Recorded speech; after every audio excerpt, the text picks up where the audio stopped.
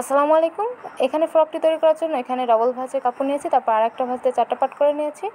আমি এটা 6 মান্থ থেকে 5 মান্থ বেবিদের জন্য তৈরি করছি। এটা 4, 5, 6 মাসের বাচ্চারাও পরতে পারবে।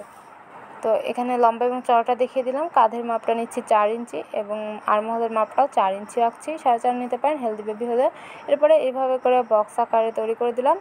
এখন বডি যা হবে তার অর্ধেক, বডি 20 ইঞ্চি, তার 5 মার্ক করছি। কোমরও একই রকম, তার থেকে 1 ইঞ্চি এক্সট্রা নিচ্ছি। এভাবে করে আর্মহোলে রাউন্ড শেপ করে দিলাম। 2 ইঞ্চি রাখছি হচ্ছে গলার জন্য, গলার চওড়াটার জন্য 2 ইঞ্চি, গলা লম্বা রাখছি 2.5 ইঞ্চি এবং পিছনের গলার লম্বাটা আমি রাখবো হচ্ছে 1.5 ইঞ্চি। এরপরে এভাবে করে রাউন্ড শেপ করে দিচ্ছি। গরমের জন্য তৈরি করছি, এজন্য গলাটা বড় রাখছি এবং হাতাটাও কাটা হবে। তারপরে এভাবে করে কাট করে নিচ্ছি। এখানে 2টা পার্ট বের হয়ে গেল। এখন আমরা সামনের পার্টের গলাটাও কাটিং করে নিচ্ছি। সামনের পার্টে গলাটা কাটিং করার পর এখন আমরা মাঝ বরাবর এই যে এইভাবে করে কাটিং করে নিচ্ছি। এটা হচ্ছে বোতাম ঘর হবে।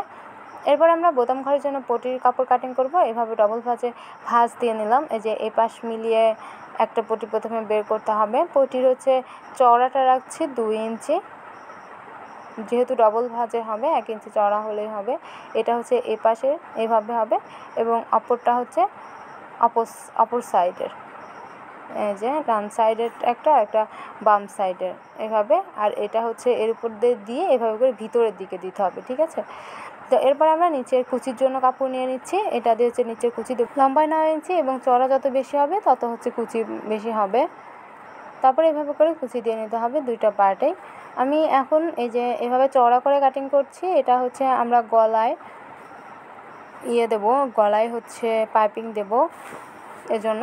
এরপরে এই যে এখন আমরা এভাবে করে সেলাই করে নিচ্ছি সামনের পার্ট পিছন পার্টের সঙ্গে গলার অংশটা। এরপরে পটিটা দিয়ে নেব। এই যে এর উপরে সামনাসামনি রেখে সেলাই করে নিচ্ছি। ডবল ভাঁজে করেছি কিন্তু, ঠিক আছে। একইভাবে অপর পাশটাও করে নিচ্ছি। পটিটা লাগানো হয়ে গিয়েছে। এখন আমরা এই যে এই পাশটা লাগাবো। পটির সামনের পাশে জয়েন্ট দিয়ে ভিতরের দিকে এরকম করে দিয়ে তারপরে সেলাই করে আটকে দিচ্ছি এভাবে করে। এরপরে আমরা হচ্ছে গলায় পাইপিংটা দিব অথবা পট্টি যাই বলেন না কেন, সেই তেছা করে কাপড় কেটে রেখেছিলাম সেই কাপড়টাকে এখন আমরা গলার সঙ্গে অ্যাটাচ করব। এই যে এভাবে ডবল ভাঁজে ভাঁজ দিলাম এবং এখান থেকে এখন আমরা উল্টো পাশ থেকে সেলাইটা করছি।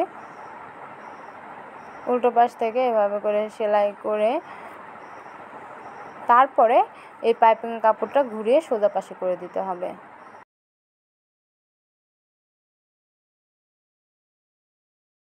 এরপরে পাইপিংয়ের কাপড়টা এই যে সোজা পাশে নিয়ে আসার পরে এরকম করে মুড়িয়ে দিয়ে এটাকে সেলাই করে আটকে নেব। তো সম্পূর্ণ গলাটা এইভাবে করে পাইপিং দিয়ে নিতে পারেন। তো গলাটার পাইপিং দেওয়া কমপ্লিট হয়ে গিয়েছে এবং এটা এরকম হয়েছে। এবারে আমরা হচ্ছে হাতার জন্য এরকম করে কুচি দিয়ে নিচ্ছি। ডবল ভাঁজ করে নিয়েছি কাপড়টাকে। তারপরে এই যে এই সাইডে লাগাবো। তো তার আগে হচ্ছে জামার হাতার অংশটা আমি মুড়িয়ে এইভাবে করে সেলাই করে নিচ্ছি। প্রথমে এরকম করে মুড়িয়ে রাউন্ড করে শেষ পর্যন্ত সেলাই করে নিতে হবে। নেওয়ার পরে এখন আমরা হাতাটা এর সঙ্গে অ্যাটাচ করব। কাপড়টা একটু সোজা সাইড করে রেখেছি, জামার কাপড়টা নিচ দিয়ে হাতার কাপড়টা দিচ্ছি, হাতার এই কুচিটা নিচ দিয়ে দিচ্ছি। তারপরে জাস্ট লম্বালম্বি আমরা সেলাই করে দেব।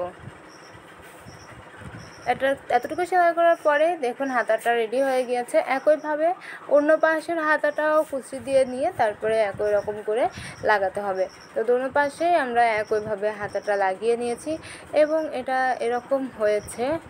এরপরে আমরা 2 পাশে সেলাই করে নিয়েছি। এখন নিচের ঘেরের কাপড়টাকে কুচি দিয়ে নিচ্ছি এবং এটাকেও এর সঙ্গে অ্যাটাচ করব। তো কুচি দেওয়া শেষ। এখন আমরা এই কাপড়টাকে সামনের সাইড থেকে অ্যাটাচ করব। এই যে এটা অ্যাটাচ করার পরে এরকম হবে। যদি ঘেরের সামনের পাশটাও খোলা রাখতে না চান তাহলে কোণা থেকে অ্যাটাচ করবেন, আর যদি সামনের পাশটাও খোলা রাখতে চান তাহলে এইভাবে করে যেখান থেকে বোতাম ঘর হয়েছে ঠিক বোতাম ঘরের শুরু থেকে সেলাই করতে হবে। তো তার আগে আমি ঘেরের কাপড়টার এক পাশ প্রথমে এইভাবে করে সেলাই করে নিচ্ছি। একইভাবে দোনো পাশে এরকম করে সেলাই করে নেবেন। নেওয়ার পর এখন আমরা কাপড়টাকে এখন হচ্ছে সোজা সাইড করে নিয়ে তারপর সেলাই করে নিচ্ছি। এবার এভাবে করে সেলাই করে শেষ পর্যন্ত কুচির কাপড়টা সেলাই করে নিতে হবে। এ পর্যায়ে ছোট্ট একটা রিকোয়েস্ট, যারা এখনও আমার চ্যানেলটিকে সাবস্ক্রাইব করেনি প্লিজ আমার চ্যানেলটিকে সাবস্ক্রাইব করে পাশে থাকা বেল আইকনটি ক্লিক করে রাখবেন। তো দেখতে পাচ্ছেন হয়ে গিয়েছে।